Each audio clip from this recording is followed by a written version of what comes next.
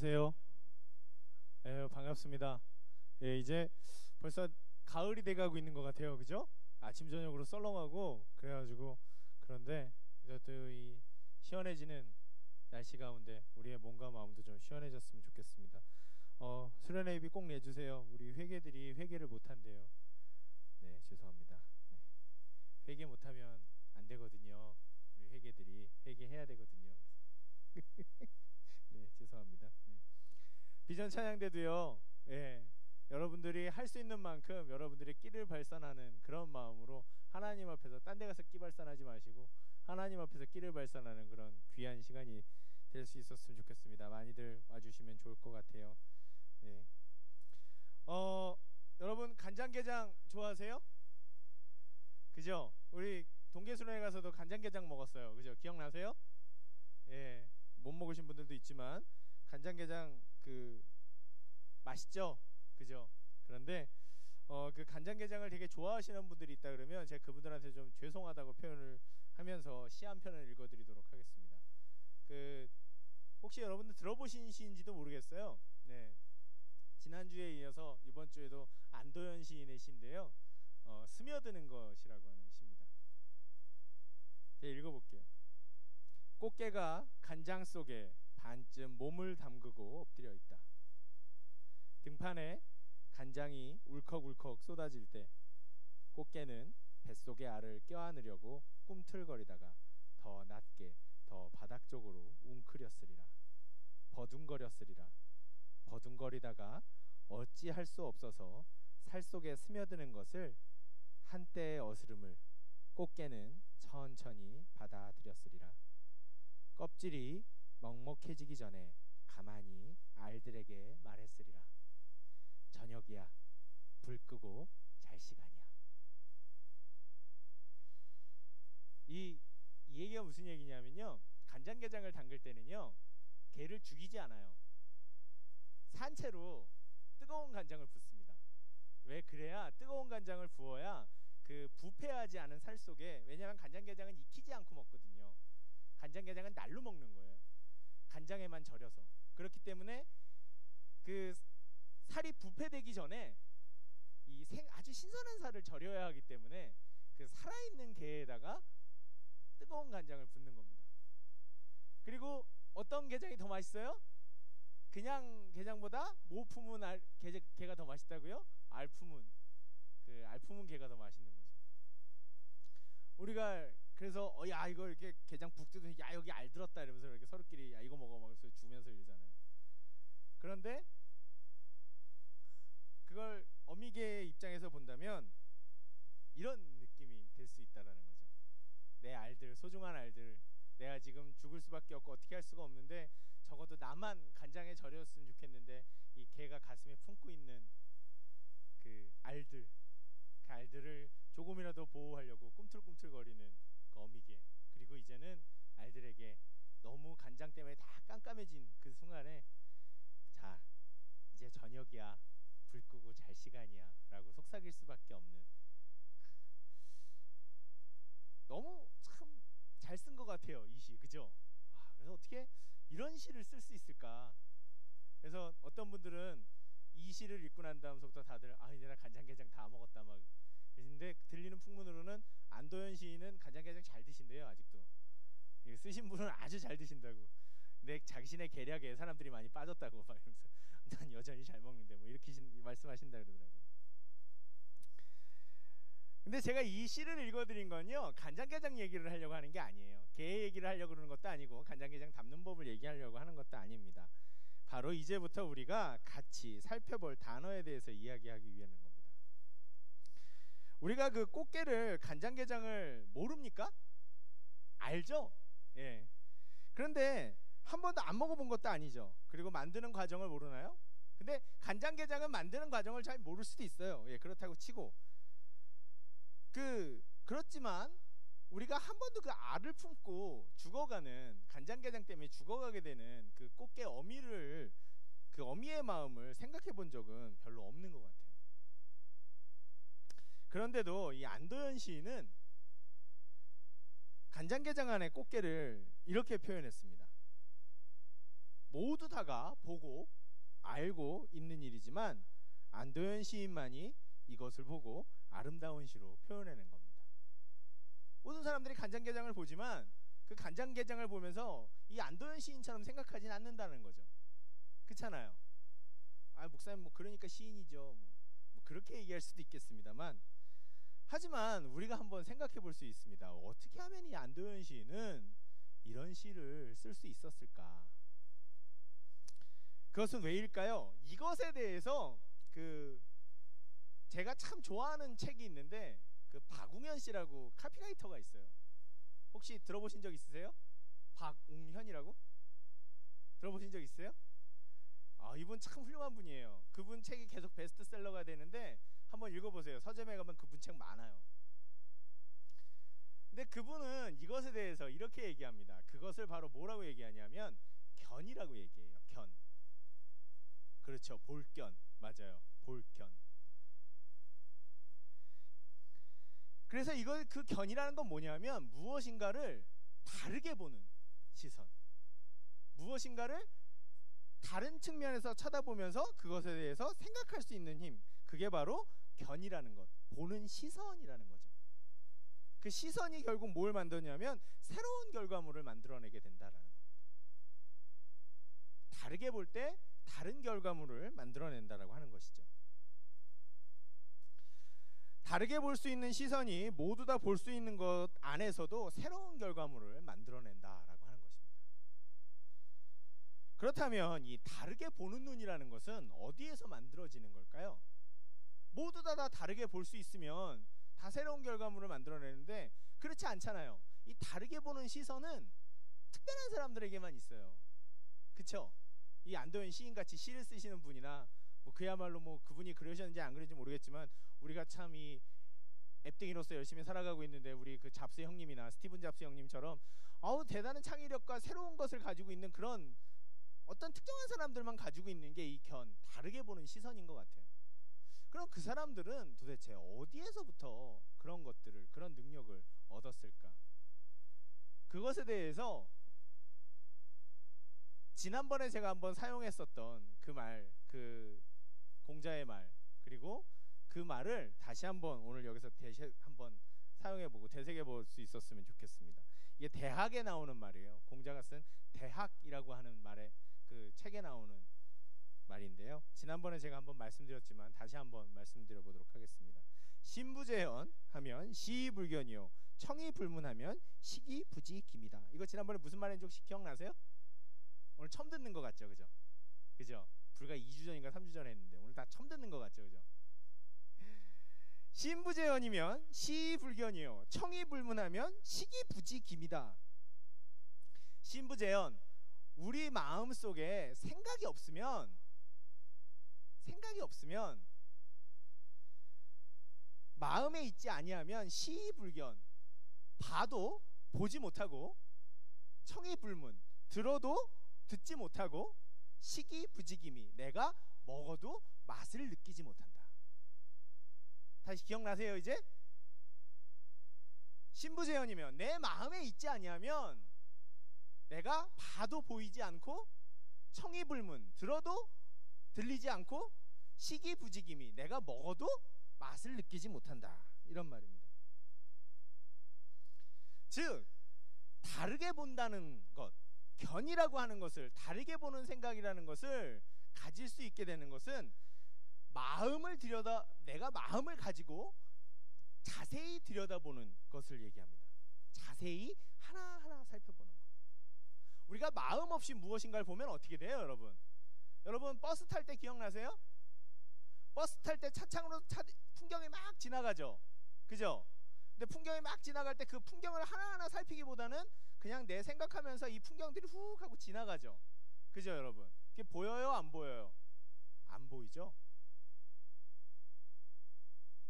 여러분 그렇게 버스 타고 지나가던 거리였는데 언젠가 한번 내가 그 똑같은 거리를 걸어가게 될 때가 있어요, 그렇죠 여러분? 그렇습니까? 걸어가게 될 때가 있는데 걸어가면 이렇게 주위를 좀 돌아보면서 가죠. 이렇게 보잖아요. 안 그럴 때도 있나요? 이렇게 쭉 갈 때도 있겠지만 그래도 걸어가면서 볼 때가 있는데, 그러면 여기에 이런 가게가 있었어? 라고 보일 때가 있습니다. 그게 무슨 차이일까요? 버스를 타고 갈 때는 내가 딴 것에 생각을 두고 있기 때문에 풍경이 지나가도 전혀 내 눈 안속으로 들어와도 이게 마음에 남지 않는 거예요. 그런데 내가 걸어가면서 풍경을 살피고 주위를 살피면서 볼 때는 내가 그 풍경을 보겠다는 마음을 가지고 있잖아요. 그렇습니까, 여러분? 그렇기 때문에 그전에는 안 보였던, 봐도 몰랐던 그 가게가 여기 있네? 라고 하고 발견하게 되는 겁니다. 청이 불문, 들어도 들리지 않는다. 항상 그렇잖아요. 우리가 딴 생각을 품고 있으면 옆에 있는 사람이 막 뭐라고 얘기해도 내가 들려요, 안 들려요? 안 들리죠? 그러다가 야! 그러고 부르면 뭐라 그랬니? 이렇게 얘기하잖아요. 그렇습니까? 맞아요. 들리지 않는다는 거예요. 내가 마음이 딴 데가 있으면. 그런데 그게 아니라 내가 마음을 가지고 그것을 무엇인가를 자세히 들여다보고 아니면 자세히 들으려 하고 자세히 맛보기 시작하면 내가 이전에는 몰랐던 것들을 알게 된다는 거죠. 밥을 그냥 한 숟갈 넣는 것과 밥을 한 숟갈 입에 넣고 천천히 씹으면서 이건 무슨 맛인가 라고 생각하는 것은 큰 차이가 있어요. 그렇죠, 여러분? 밥을 계속 씹으면 무슨 맛이 나요? 단맛이 납니다. 그것도 고시칼인지 악기발인지 뭐 경주 이천미인지 저 밑에 쌀인지 다 틀려요. 어떤 것은 쌀에 끈기가 있고요, 어떤 것은 쌀이 좀 푸석하고요. 대표적으로 저기 안남비라고 얘기하는 베트남 쌀은 쌀들이 다 어떻게 돼요? 훅 하고 날아가요. 이렇게 끈기가 없이. 근데 그걸 아무 생각 없이 그냥 입에다 넣으면 모릅니다. 아무도. 이 밥이 그 밥인지 그 밥이 이게 그 밥이야? 언젠가 밥을 막 먹는데 이 밥 오늘 왜 이렇게 맛있어? 그러면 그거 맨날 먹던 건데? 여러분 그런 얘기 많이 하죠. 옆에 있는 친구 보고 야 오늘 너 이거 못 보던 가방이다? 이렇게 얘기했는데 어느 날 가방이 벌써 야 못 보던 가방이다 그랬는데 나 이거 계속 들고 다녔거든? 그죠? 그런 얘기들 많이 합니다. 그거는 그 전까지는 내가 마음을 가지고 보지 않았기 때문인 거예요. 그런데 어느 순간 내가 그 대상에게 집중하기 시작할 때, 마음을 들여서 들여다보기 시작할 때 비로소 안 보이던 것들이 보이기 시작한다는 거죠. 안도현 시인도 간장게장을 보면서 깊이 들여다봤던 거예요. 만드는 과정 하나하나를 세세히 살피고 내가 그 개였다면, 어미 개였다면 내 심정은 어떨까? 고민하면서 그것을 바라봤다라는 거죠. 그랬기 때문에 다른 사람들은 찾지 못하던 걸 이 사람은, 시인은 찾고 그 찾았던 것을 글로 남겨서 다른 사람들에게 감동을 줄 수 있었다라는 거죠. 견문, 즉 보고 듣는다라는 이 말은 단순히 보고 듣는 것이 아니라 마음을 들여서 보고 마음을 들여서 듣는다라는 것. 그렇게 마음을 들여서 보고 마음을 들여서 들을 때 거기에서 무엇이 온다고요? 깨달음이라는 게 옵니다. 깨달음. 아, 이거구나. 아, 이거였구나. 내가 그전엔 몰랐는데 야, 이게 이런 게 있었네. 요즘에 우리 사도신경 오래 해서 좀 지겹다는 소리가 듣긴 했는데 처음 우리가 사도신경 했을 때 그 마음을 한번 되돌려 봅시다. 우리가 사도신경 첫 시간 했을 때 사도신경 천천히 읽기 했었죠. 맨날 읽는 거 그게 아니라 사도신경 천천히 읽기를 했었습니다. 각자가 천천히 읽을 때의 느낌이 어떻든가요? 내가 하나하나 집중해서 읽을 때의 그 마음이 어떻든가요? 아, 사도신경이 이런 거였어? 사도신경에 이런 말이 있었어? 우리가 그냥 할 때는 천지를 창조하신 전능하사 천지를 창조하신 이거 할 때는 못 느꼈던 그 사도신경이 내가 그것을 천천히 하나씩 읽기 시작할 때, 여러분 읽기 시작할 때 제가 왜 이런지 아시죠? 네, 눈을 떠주세요. 네,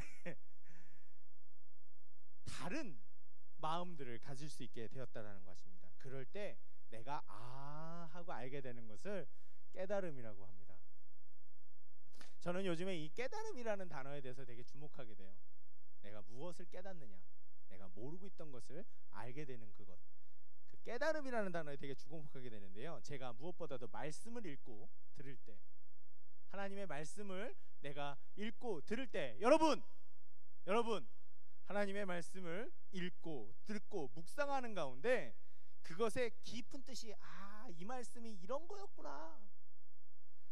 이 말씀의 뜻이 이런 거였어? 원래 뜻이 이거였어? 라는 내가 하나님을 깨닫게 되는 그 순간이 바로 내가 하나님께 은혜 받는 순간이라는 걸 알게 됐습니다. 내가 하나님께 대해서 깨닫게 될 때, 내가 그전에는 하나님에 대해서 모르고 있었는데, 기도라는 것이 어떤 건지 모르고 있었는데, 말씀을 묵상하는 것이 어떤 건지 모르고 있었는데, 거기서 내가 무엇인가를 깊이 깨닫게 되는 순간, 그 깨달음이 단순한 나의 깨달음이 아니라 하나님께서 나에게 주시는 은혜라는 것, 그걸 알게 됐습니다.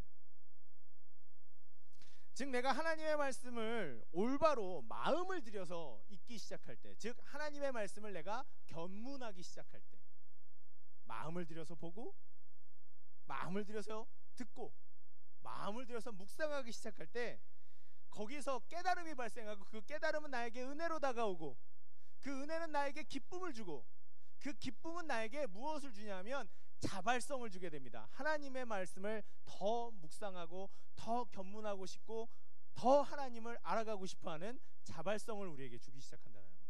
누군가가 나에게 억지로 시키는 게 아니라 내가 이게 하고 싶다. 야, 이거 보니 신기하네. 이게 이런 거였어? 오, 신기하다. 오, 더 해보자. 라고 하는 자발성을 우리에게 준다는 겁니다.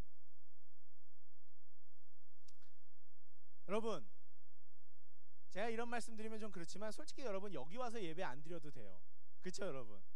이 비슷한 시간에 이 서울 시내에 정말 많은 곳에서 청년부 예배나 아니면 이 비슷한 젊은이 예배, 찬양 예배가 있을 거예요. 솔직히 교회 안 와도 됩니다. TV 틀면 요즘에 기독교 방송 이런 데서 케이블 TV에서 예배 생중계 막 해줘요. 그죠? 뭐 분당 우리 교회니 선한 목자 교회니 뭐 저기 어디야 뭐 마커스 교회가 어딘지 모르겠다. 아무튼 거기니 유명하고 말씀 좋은 목사님들 뭐 생중계로 다 나와요. 인터넷으로도 다 볼 수 있어요. 그렇게 예배와 설교가 넘칩니다. 성경 공부?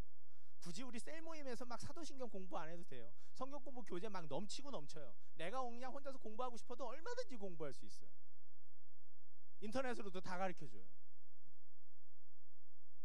그런데 어디에서든지 우리는 하나님을 만날 수 있고 어디에서든지 우리는 예배 드릴 수 있고 그냥 집에서도 편안하게 다 할 수 있어요. 그런데 여러분 솔직하게 말해봅시다. 우리의 마음 상태는 어떻습니까?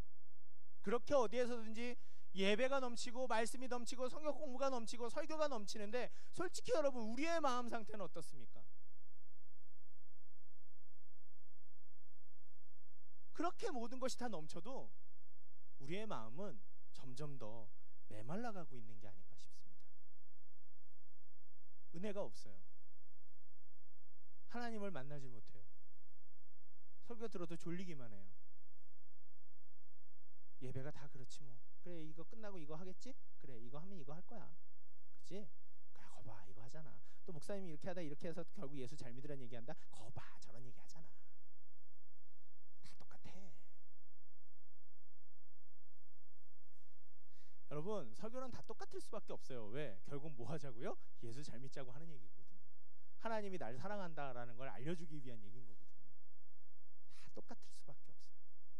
그런데 너무 많아서 너무 한결같고 너무 같은 소리만 나오니까 우리도 모르게 이제는 다 그렇고 그냥 그렇게 보이기 때문에 새로운 게 없어 보이기 때문에 그냥 마음을 안 들여도 야 이거 봐 이거 이런 소리 여기서 이게 이 얘기 나오잖아. 아이 그냥 그래 대충 듣자. 예배 뭐 항상 그렇게 드리잖아. 1시 되면 시작하고 찬양하고 기도하면 광고하고 목사님 올라와서 설교하다 끝나고 그냥 집에 가면 되지 뭐. 어느샌가 예배에도 설교에도 찬양에도 우리의 마음은 없어지고 있는 것 같습니다. 우리의 마음이 없고 우리의 마음과 생각은 딴 데가 있고 그냥 몸만 와서 앉아 있는 것 같습니다. 그러니 보아도 보이지 않고 들어도 들리지 않고 경험으로 느끼지 않는 거죠. 셀 모임을 해도 그냥 이게 셀 모임이지 뭐 그냥 앉아있다 가면 되겠지 뭐 기도 제목 건강하게 해주시고 뭐 공부 어려운데 공부 잘하게 해주시고 알바 힘든데 알바 잘하게 해주시고 이 정도만 그냥 그러고 가면 되지 뭐. 우리의 마음 없음이, 우리의 몸만 있음이 우리의 시간과 우리의 예배와 하나님께서 우리에게 주시는 그 모든 은혜들을 아무 의미 없음으로 만들어버리고 있는 것은 아닌가 생각합니다. 그런데도 불구하고 옛날부터 우리의 믿음의 선배들은 이것을 경계하기 위해 아주 중요하게 신앙생활을 했습니다. 그게 바로 뭐라고요? 우리의 마음 없어짐을 경계하기 위해서 우리의 선배들은 다르게 신앙생활했습니다. 그게 바로 오늘 우리가 읽었던 사도행전 17장 11절의 말씀이에요. 방송실 있어요? 아니 그 화면 좀 말씀 좀 띄워주겠습니까? 없어요? 네, 알겠습니다. 우리가 성경책을 같이 한번 보도록 합시다. 17장 11절 다시 한번 찾아봐서 읽어볼게요. 사도행전 17장 11절 우리가 찬찬히 한번 읽어봅시다. 시작. 베레아에 있는 사람들은 데살로니가에 있는 사람들보다 더 너그러워서 간절한 마음으로 말씀을 받고 이것이 그러한가 하여 날마다 성경을 상고함으로. 아멘. 저랑 성경 공부 한 번이라도 해본 사람들은 이 말씀 읽어봤을 거예요. 저랑 성경 공부 한 번이라도 해본 사람은 제가 먼저 이것부터 읽고 시작하기 때문에 들어봤을 겁니다. 여기에는 중요한 말이 나와요. 베레아에 있는 사람들은, 베레아 사람들은 데살로니가에 있는 사는 사람들보다 더욱더 너그러워서 어떻게 했냐면 간절한 마음으로 말씀을 받았대요. 말씀을 기다렸대요. 그냥 넘치는 말씀을 흘려보내는 게 아니라 말씀을 기다렸대요. 원했대요. 그리고 그 간절한 말씀으로 받고 이것이 그러한가 하여, 내가 받은 말씀이 정말 진짠가? 톡 까놓고 예수님이 날 사랑한다 라는 말을 했을 때 예수님이 날 사랑한다는 말이 진짠가? 사랑한대. 뭐 사랑하겠지. 사랑한다니까 뭐 그냥 뭐 아니겠어?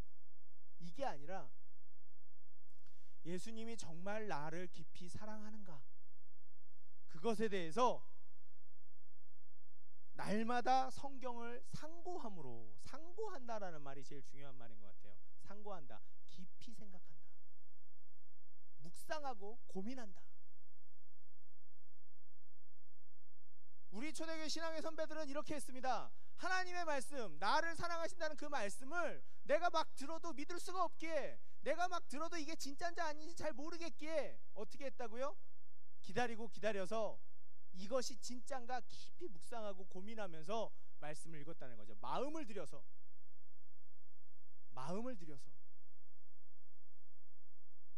한 말씀 한 구절을 그야말로 견문한 겁니다. 마음을 들여서 보고 마음을 들어서 듣는 것.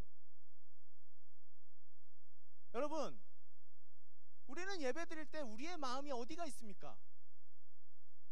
성경을 읽을 때 내 마음은 어디가 있습니까? 내가 개인 시간에 기도할 때 내 마음은 어디가 있습니까? 우리가 하나님께 마음을 드리기 시작할 때 이미 우리에게 마음을 주신 하나님의 그 사랑과 그 음성이 우리에게 들리기 시작할 겁니다. 보이기 시작할 겁니다.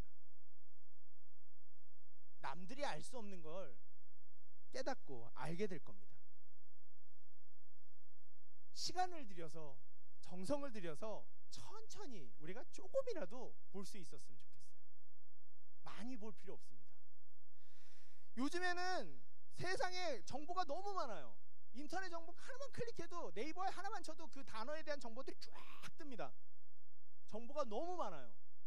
그래서 정보가 너무 많아서 뭐부터 봐야 될지 모르나 봐요.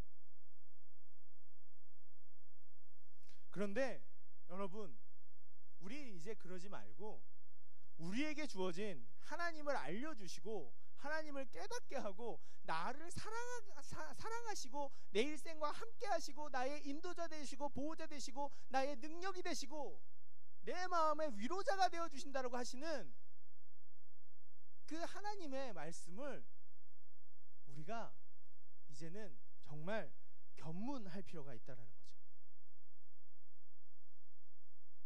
적어도 그럴 시간이 없다면 이 예배 시간에 와서라도 우리가 견문합시다. 찬양 한 곡을 부르면서도 그냥 입으로만 가사를 부르는 게 아니라 이게 정말 그런가? 이 가사가 진짠가? 주 안에서 기뻐해, 주 안에서 찬양해, 우리의 힘은 주를 기뻐하는 것. 이 느헤미야 8장에 나오는 이 말씀이 진짠가? 내가 하나님을 기뻐하면 내 마음에 삶이 생기나? 힘이 생기나? 누군가가 기도를 하는 앞에 나가서 기도를 하는데 기도하는 동안 너는 기도해라, 나는 내 마음은 딴 데가 있다, 이게 아니라 그 기도하는, 우리를 대표해서 기도하는 그 말을 같이 한마디 한마디 느끼면서 나도 그렇게, 여러분 우리가 기도하면서 아멘 하죠, 그죠? 기도하면서 아멘 할 때 있어요, 그죠? 왜 아멘 합니까? 그 말이 내 마음이랑 비슷해서 아멘 하는 겁니다. 그 말이 내가 하고 싶은 말이랑 비슷해서 아멘 하게 되는 겁니다. 아, 동감 간다, 아멘. 근데 우리가 기도 시간에 딴 생각하고 있으면 들려요, 안 들려요? 안 들려요. 너무나도 간단하지만 너무나도 우리에게 어려운 얘기인지도 모르겠어요. 내 마음과 내 생각은 어디가 있습니까? 항상 말씀드리지만 성령 하나님은 우리에게 은혜를 주시지만 우리에게 절대로 강제적으로 뭔가를 하지 않으세요. 너 꽉 붙들어 놓고 너 똑바로 예배드려, 똑바로 예배드려, 이렇게 하시지 않으신다는 거죠. 우리에게 언제나 은혜를 주는 준비를 하고 계시지만 우리 스스로가 하나님 앞에 나와서 우리의 마음을 열고 마음을 들이지 않으면 성령 하나님은 우리를 기다리십니다. 그냥 돌아가도 안타까운 마음을 갖고 계시지만 우리를 절대로 감옥에 가두지 않으세요. 기다리십니다. 그분께 우리에게 가진 그 마음을 들여서 그분을 만나고 그분의 말씀을 듣고 그분께 찬양 드리는 그런 시간들이 있어야 되지 않겠습니까?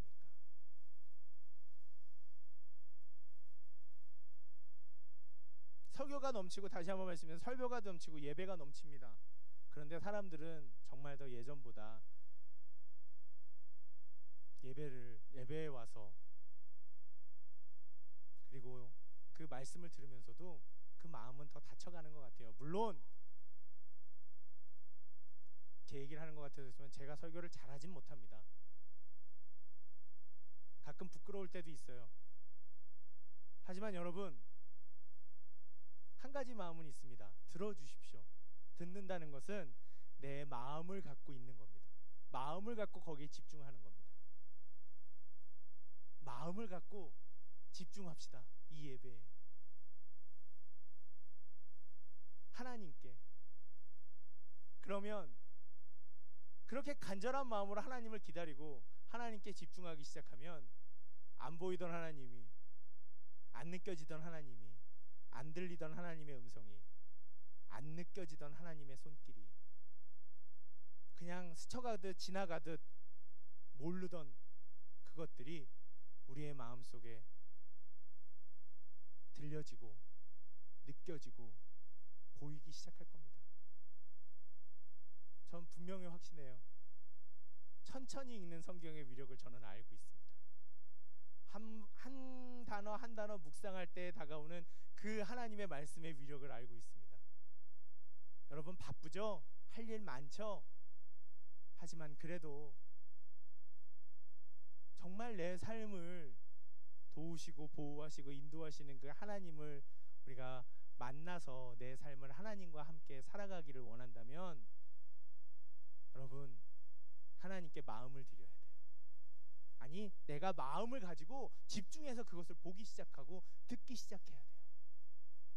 그러면 나한테만 주시는 하나님의 은혜를 분명히 예전에 이거 정말 아무것도 아니고 맨날 그저 그랬던 그런 예배였던 것 같은데, 맨날 보는 그 지겨운 성경 말씀이었던 것 같은데, 맨날 드리던 그런 기도였던 것 같은데, 아니에요. 분명히 달라집니다. 그 식상하던 그곳에, 아무것도 아니었던 그곳에서 우리는 하나님의 은혜를 발견할 수 있게 됩니다. 아까 말씀드렸던 그 박웅현이란 카피라이터는 이런 얘기를 합니다. 해외여행보다는 동네 여행을 가자라고 얘기를 하더라고요. 해외여행보다는 무슨 여행이요? 동네 여행. 동네 여행을 어떻게 가냐면 그 전에 지나쳤던 내 동네를 출근하느라고 바쁘고 귀가하느라고 바빠서 몰랐던 동네를 그저 자세히 천천히 돌아보는 거예요. 이 골목엔 무슨 가게가 있나, 여기에는 뭐가 있나.